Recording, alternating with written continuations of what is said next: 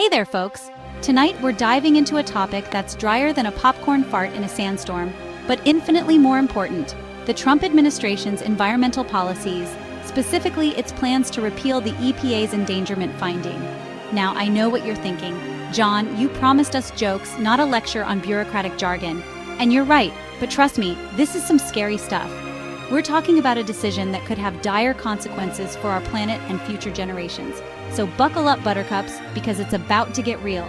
This ain't your average political maneuvering, folks. We're talking about dismantling a key pillar of environmental protection, a move that's got scientists shitting bricks and environmentalists sharpening their pitchforks. At stake is the very air we breathe, the water we drink, and the planet we call home. So what's all the fuss about, you ask?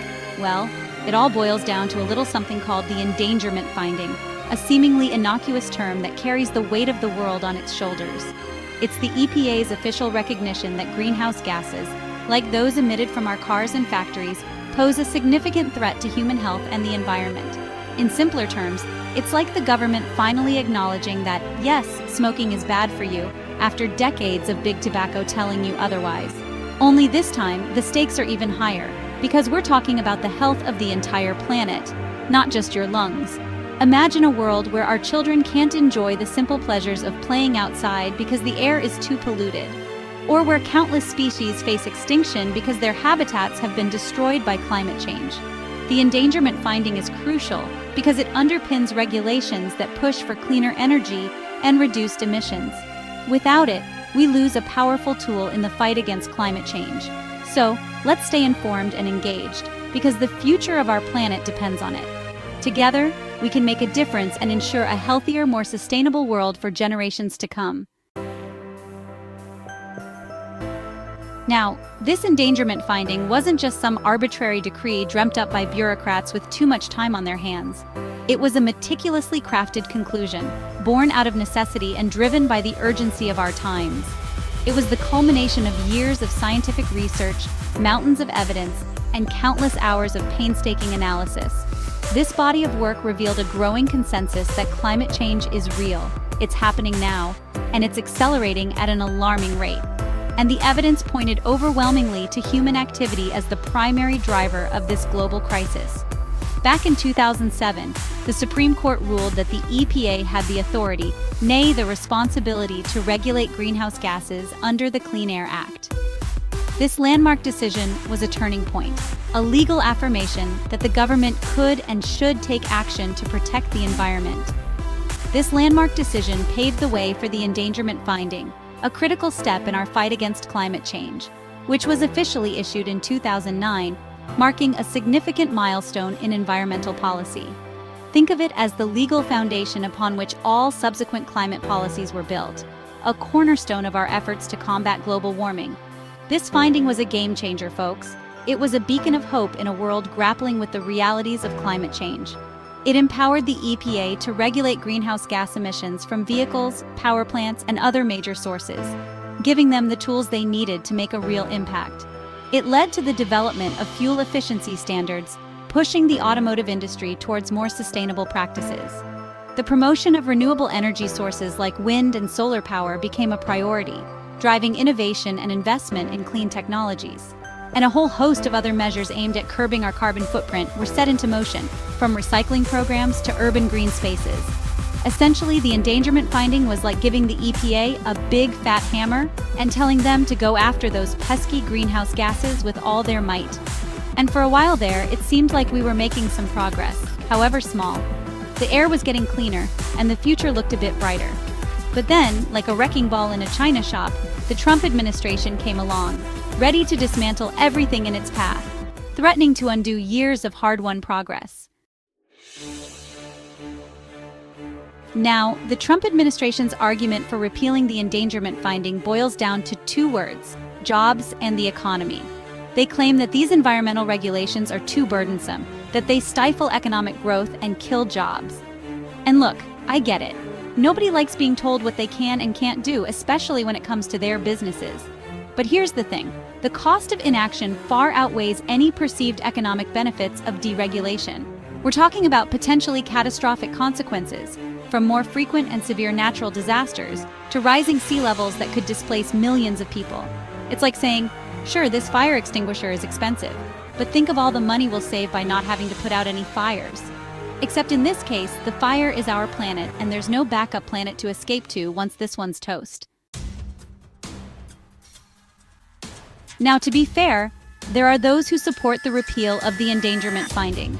They argue that it's an overreach of government authority, that it stifles innovation, and that it hurts American businesses. They point to the costs associated with complying with environmental regulations, arguing that these costs are passed down to consumers in the form of higher prices.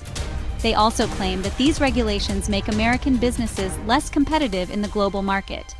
These regulations are killing jobs, they cry, and strangling our economy.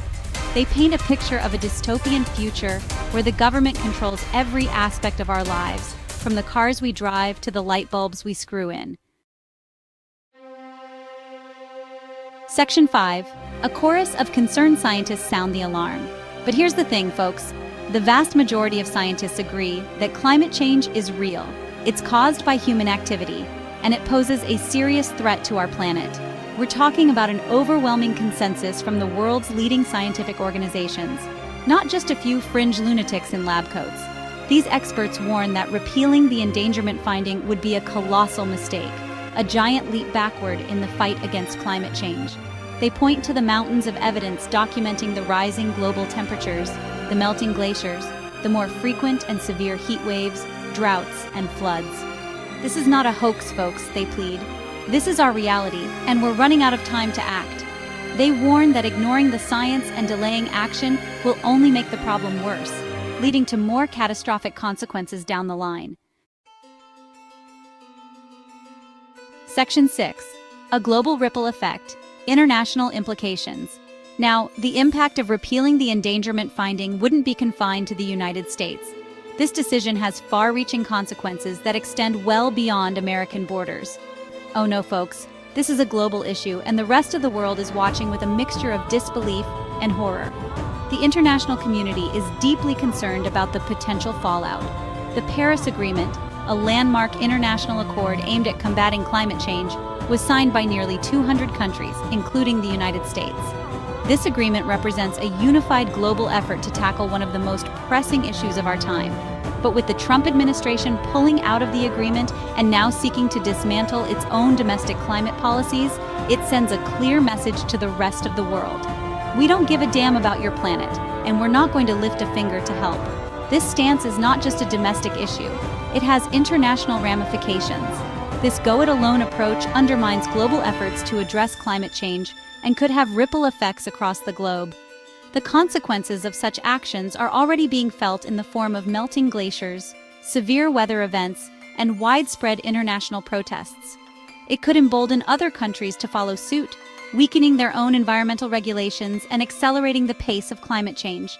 The domino effect could be catastrophic, leading to increased deforestation, more countries withdrawing from agreements, and a surge in industrial pollution. Section 7. The uncertain future potential outcomes of the repeal. So, what happens if the Trump administration succeeds in repealing the endangerment finding? Well, the short answer is, nobody knows for sure. But here's what we can expect. First, it would likely lead to a flurry of lawsuits from environmental groups, states, and even some businesses. These legal challenges could tie up the repeal in court for years, creating uncertainty and delaying any action on climate change. Second, it would send a chilling message to the rest of the world that the United States is no longer a leader on climate action. This could have far-reaching consequences for international cooperation on this critical issue. Finally, and perhaps most importantly, it would be a huge setback for the fight against climate change.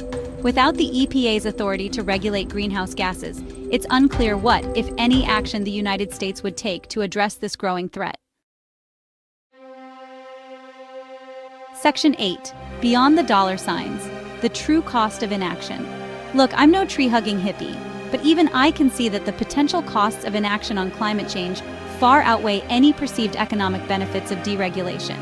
We're talking about more frequent and severe natural disasters, rising sea levels, mass displacement, food shortages, water scarcity, and a whole host of other problems that could make our current woes look like a walk in the park. And for what? To save a few bucks in the short term, to appease a handful of wealthy donors in the fossil fuel industry? It's short-sighted, it's irresponsible, and frankly, it's downright criminal. This isn't about politics, folks. This is about our planet, our future, and our responsibility to leave a habitable world for future generations. Section 9, a call to action, our shared responsibility. So, what can we do about it? Well, for starters, we can't just sit back and wait for the government to act. We need to hold our elected officials accountable, make our voices heard, and demand action on climate change. We can also make changes in our own lives to reduce our carbon footprint. We can drive less, fly less, eat less meat, and conserve energy. Every little bit helps. But most importantly, we need to come together as a society and demand a better future for ourselves and for generations to come. We need to recognize that climate change is a real and present danger, and that we have a moral obligation to address it. The time for complacency is over, folks. The future of our planet is